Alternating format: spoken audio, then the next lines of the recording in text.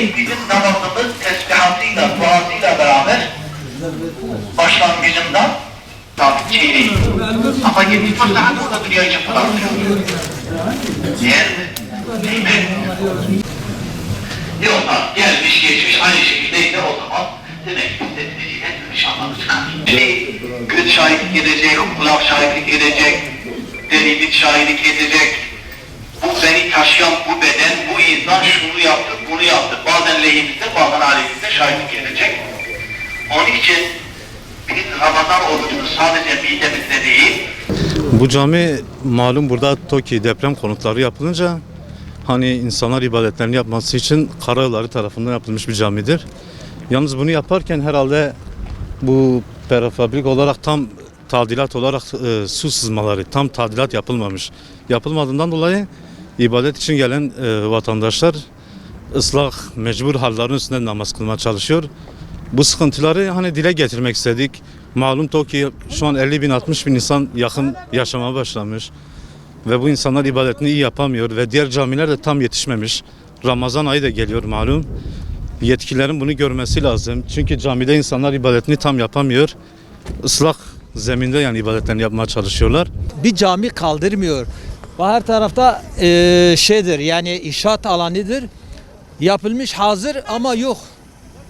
Çalışma yok. Ben diyorum ki devlet de biraz, halk da devlet de biraz el atsın. Dileğimiz budur. Sıkıntılarımız çoktur yani. İşte bir tane camidir. İşte bir yerden su kaçırıyor. Doğrudur. Bak naylon serpmiş serze üstüne. Yani vallahi dizlerimiz ne yapar? Allah kabul etsin. Yani sıkıntılarımız çoktur. Hem maddi hem manevi. 4. kal bana giriş çıktı. Her gün arıza, her gün arıza. Vay halimize. Allah sonra bize hayır etsin. Vallahi vali beye anlatmıştık, AFA müdürüne anlatmıştık. Bir Ankara kalmış. He diyor yok, çalışma yok. Yönetim de TOKİ burada bizi çok böyle şey yapıyor. Geçen ay 7 milyara yakın biz aidat ödedik. 7 milyara yakın. Yarın o seneler de çıksa halimiz ne olacak? Hadi ben yatırım vatandaşta yok. Ne olacak? Yani istiyoruz ki devlet bize her konuda el atsın. Yağmur yağdığı zaman damla yapıyor ondandır. Ondan sonra abime söyleyeyim.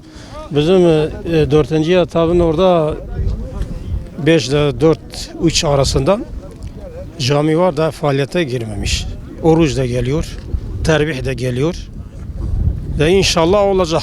و حاله جامعه خواف داوی که امشب پزنه بجبینا نکاره برای جامعه لیمیج بکن جامعه یاری جه انشاءات نقداندنه مگو برکی بگیجه روزین شو تراویحی خود دا بکن میجا خو بکن او جی وای چه نابه ولا می دستکی ام خوازن که کی و به سبب خود خیره واجی مزن بکن مرا چه کرد سورنش خو ناقده lakin acele camiye kan خوازن جامعه ما چه ببه. Ben 3. etapta oturuyorum. Biz namaz kılmak için yer arıyor bulamıyoruz. Ya evde kılmak zorunda kalıyoruz. Camiye gelemiyoruz. Cami çok uzaktır bizde. Hem sağlıklı da değil. Gelip bakabilirsiniz. Biz cami istiyoruz. Biz cemaatimiz çoktur, camimiz yoktur. Bildirdiğiniz için Allah sizden razı olsun. Bize yardım olan şahıslara Cenab-ı Allah yardım etsin. Biz zor durumdayız. Namaz kılamıyoruz. Bu camiye çıkmıyor. Buraya gelsek dahi biz çıkmıyor. Biz sabahtan yola çıkıyoruz camiye gelmek için buraya. Kışın çok zor. Suyun içinde kıldık bu kışın. Burada karın üstünde namaz kılıyoruz. Karın üstünde namaz kılıyoruz. Karın üstünde. Allah var bize yardımcı olun. Ben 2. etap 6. adada oturuyorum. Bizim binanın karşısında bir cami yapılmış, bitmek üzeredir. Ama bu ne zamandan beri kimse çalışan yok. Eğer çalışırlarsa 3-5 günlük bir işi kalmış. Onu da orada reva göremiyorlar, gelip onu yapamıyorlar. Bak 3. etapta vatandaş bahsetti. 3 kilometre yoldur oradan buraya geliş için. Kar günü, kış günü, yağmurlu, çamurlu günlerde oradan buraya cemaate yetişmek için cuma namazlarına. Madem ki biz bir Müslüman ülkede yaşıyoruz. Kocaman bir şehri burada inşa ettiler. Bir camiyi bize rava göremiyorlar mı? Yani buna çok üzülüyoruz. Biz bir Müslüman ülkedeyiz. Önümüzdeki günlerde bak 3-5 gün sonra Ramazan-ı Şerif ayına giriyoruz. Bu millet nerede namaz kılacak? Mümkün müdür ta bak ilerideki oradan buraya gelmek? 3. etaptan buraya gelse de nereye sıkılacak? Yani bunlardan, sizlerden de ricamız, bizzat Vali Bey'e bunları sesleniyor. Defalarca uğraşıyorum, oraya bir türlü ulaşamadım. Ya Allah rızası için bu müteahhiti sıkıştırsınlar. 2-3 günlük bir iş var. Oradaki cami bitmek üzere. Bak burada bir tane cami daha var.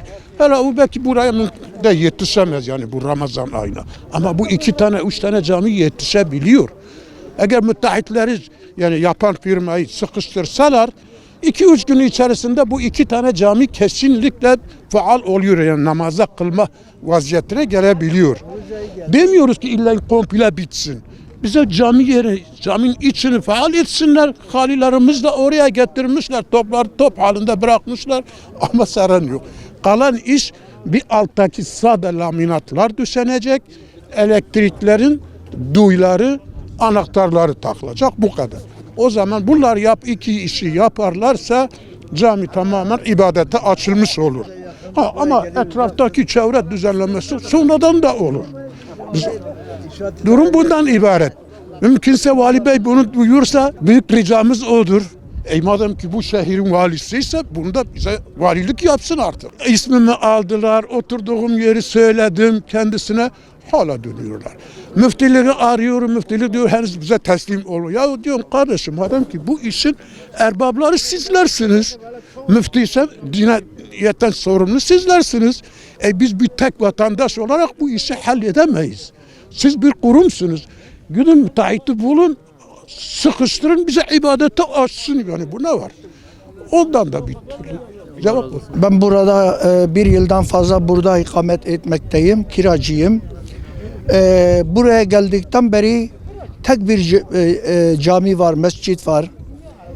Diğer semtlerde de camiler, mescitler yapılmakta ancak çok yavaş gitmekte. Bundan ötürü burası da yani temelli bir cami, bir ibadetgah yeri de yapılmadığı için geçici bir baraka şekilde yapılmış. Bu da yağmur yağdığında, kar yağdığında her tarafında su basması alçak yaptığı için her tarafta su almaktadır. Onun için su aktığı zaman caminin bütün şeyleri, halıları her tarafı ıslanmakta, ıslandıktan sonra kurumamakta. Cemiyet burada yani sıkıntı çekmektedir. Çünkü başka gidilecek cami de olmadığı için burada hani bu cami yetersiz olduğu için bir de üstelik yağmur ve kar yağdığı için halıları ıslandığı için camiye yer kalmamakta, sıkışmaktadır. Yani namaz kılacak yer bulunmaktadır. Bizim istediğimiz şey yani yetkililer kimdir? Başta Diyanet, müftü. Müftü buna bağlı müftüye bağlı olduğu için o sahip çıkmaktadır. Kaymakam, vali yani bunlar okullar yanadırlar. Okul yapıyorlar ama ibadethanelere sahip çıkmaktadırlar. Yani biz şunu diyoruz yani okullar da yapılsın. Bunlar hepsi ilim yuvasıdır. İlim yuvası fark etmez. İster hangi şekilde olursa olsun. Ama muhakkak bu da bir ihtiyaçtır. Müslümanların bir ihtiyaçtır. Cuma günü herkesin arabası yoktur.